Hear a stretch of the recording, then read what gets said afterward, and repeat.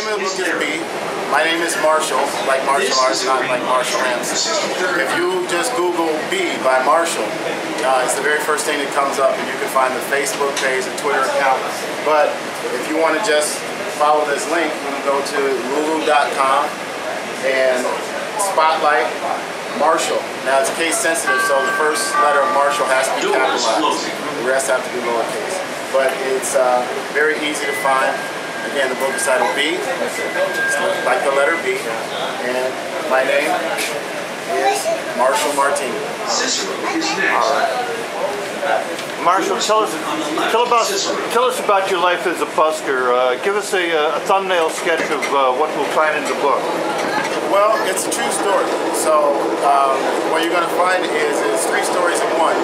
It's a story of unrequited love, which actually unfortunately happened. It's a story about street life, how buskers operate, and then it's also a little bit about business models, basic business models that everybody should know to make their lives more successful. And so in that respect, I guess it's also a cautionary tale, so you don't wind up playing guitar in the subway. But I have a history that's talked about in the book of working in advertising for many, many years before 9/11. 9/11 kind of wrecked that for me, and getting back to it was almost impossible because by the time ad agencies started hiring people back, I was on the wrong side of 35. So anything else you want to know about me in the book, you can read about it at this website. Again, you go to that website, you read about my history, read more about the book and what it's about, and hopefully you'll buy it. Well, what are some of the basic entrepreneurial skills that, like, all street buskers, all street hustlers have that can make them success? Well, first, in the business world, the first skill, entrepreneurial skill you need is drive. You got to realize that if you're going to make it, you're going to make it because of your initiative. You can't lay around all day and then just decide, oh, you know, I can't get a spot, so I guess I'm not going to make any money. Location is the number one thing you need to remember when it comes to business. Same thing with busking.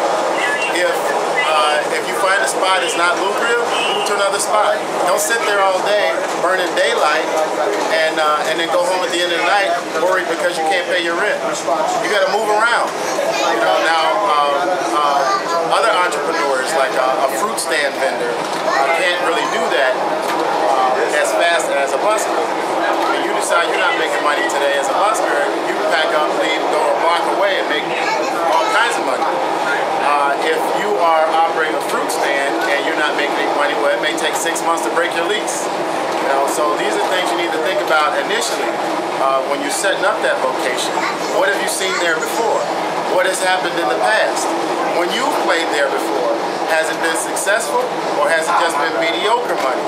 Now, if all you're trying to do is get money today to get on the bus, then maybe that spot's good for you. But if you're trying to pay your child support, or if you're trying to pay rent or buy groceries, then maybe you want to go to a grocery spot, someplace that makes you real money, where people are a little more benevolent. All right, now you're asking about the difference between busking and a street musician. There is a slight distinction, but it's purely, and that is that a street musician can be somebody who does it for entertainment, somebody who's not well practiced at performing, but busking is usually done by somebody who is a otherwise professional entertainer who goes to the streets to make money directly from patrons. And they don't ask for money, they just perform, and then people tip them. People who've done this in the past, Billy Joel, Vicente Fernandez, you know, there are a lot of people that you know from the opera world who started out as buskers or street performers. Depending on the country, sometimes they call them troubadours or mariachis or what have you. But these are people, buskers are people who are not talented by chance, but they practice their craft. When I go home at night, I practice for 3 or 4 hours after I finish working through the day, so that way I make sure I'm giving a good product to the people who are tipping me. And those people who want to tip me but don't have the means, they compliment me, and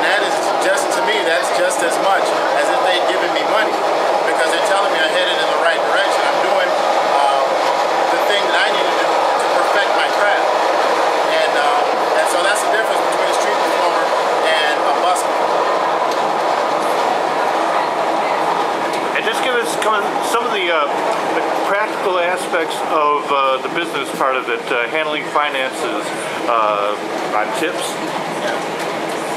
Well, when it comes to tips, tips are appreciated and preferred, but you also receive other things. You receive gifts, you receive awards, and that makes it no different than if you worked a job that allows, say, a waiter to receive tips from patrons, or if you worked for a company that gave you an end-of-year bonus or something like that.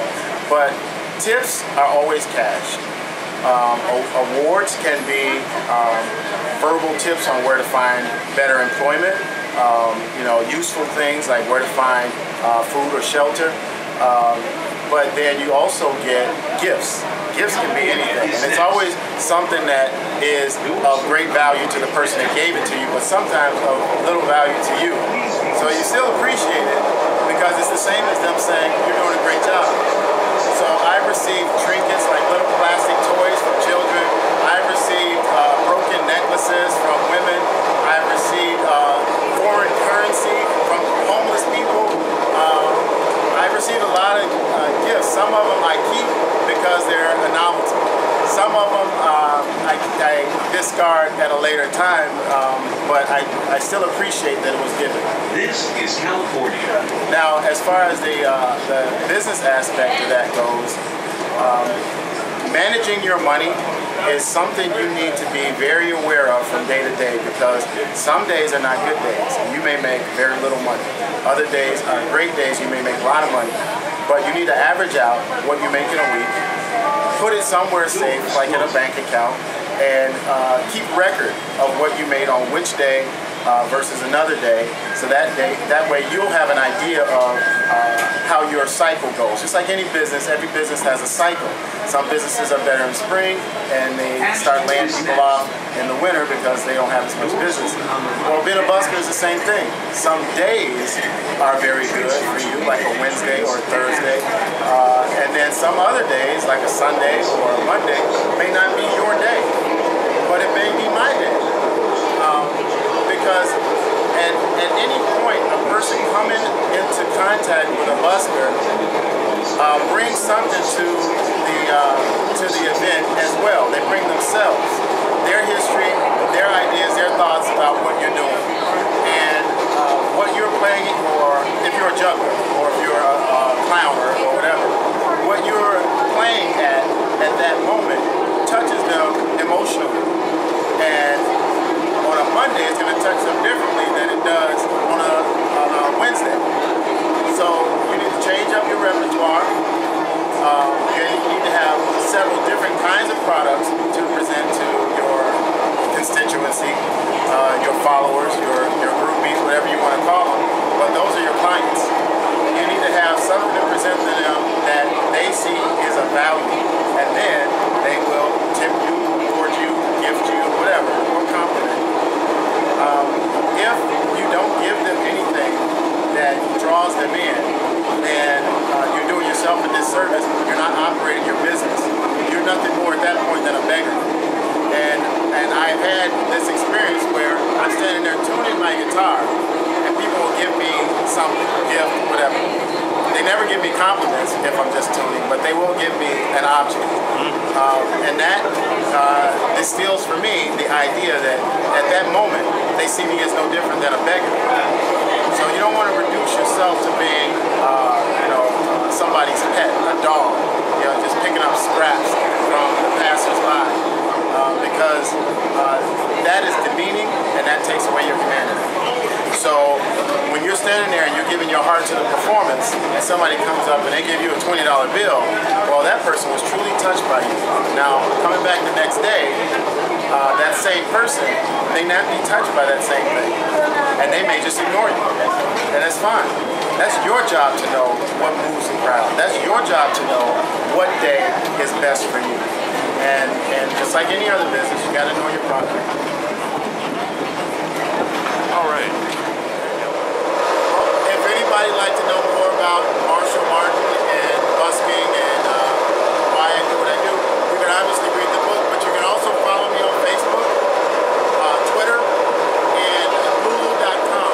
If you go to Lulu.com,